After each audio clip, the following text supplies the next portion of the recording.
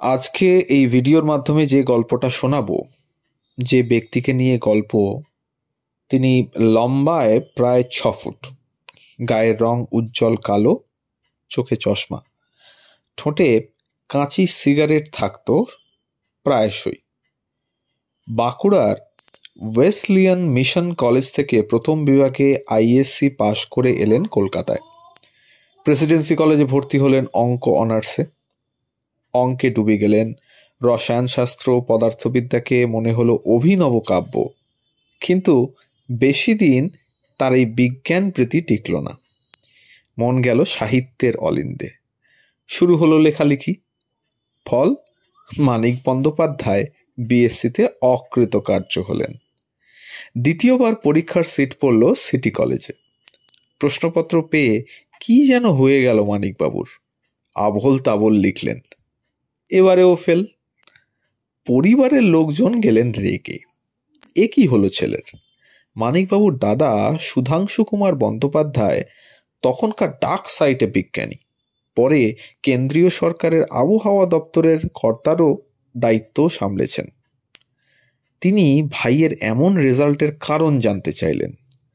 মানিকবাবু তখন মজে সোভিয়েত সহ নানা বিদেশি সাহিত্য নিয়ে পড়াশোনায়। দাদাকে শটান জানিয়ে দিলেন বিজ্ঞানের বই পড়ার সময়ই এখন তার নেই।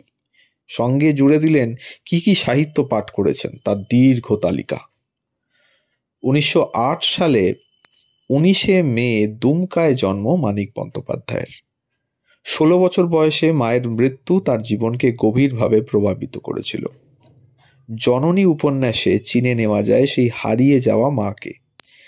ঝুঁকি নিতে ভালোবাসতেন মানিক। মাঝি মল্লারদের সঙ্গে চলে যেতেন এখানে ওখানে। বন্ধুদের সঙ্গে ভরা বর্ষার নদীতে বাইচ খেলতে যেতেন। কুস্তি শিখতেন। গাড়োয়ানদের সঙ্গে গল্প করতে ভালোবাসতেন। গান গাইতেন চমৎকার চমৎকার, বাঁশিও বাজাতেন। আর ভালোবাসতেন বই পড়তে। লিখেছিলেন, বই কেন ভালোবাসি? মানুষকে ভালোবাসি বলে। বইয়ের মধ্যে মানুষের সঙ্গ পাই যে। মন দিয়ে পড়েছিলেন বঙ্কিমচন্দ্র আর রবীন্দ্রনাথ, বিশেষ করে বিষবৃক্ষ আর গোরা।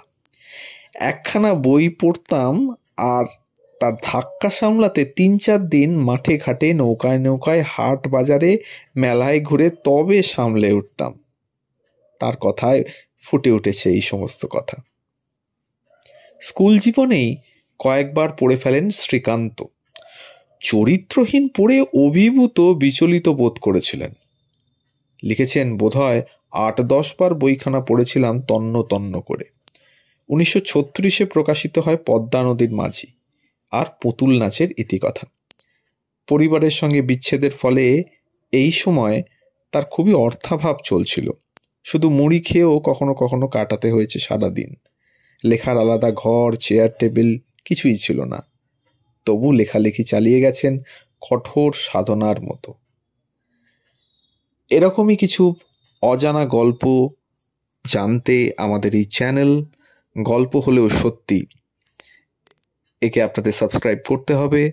বেল আইকনটি প্রেস করে রাখবেন। যদি ভালো লাগে তথ্য শেয়ার করবেন, কমেন্টের মাধ্যমে জানাবেন। সবাই ভালো থাকবেন। ধন্যবাদ।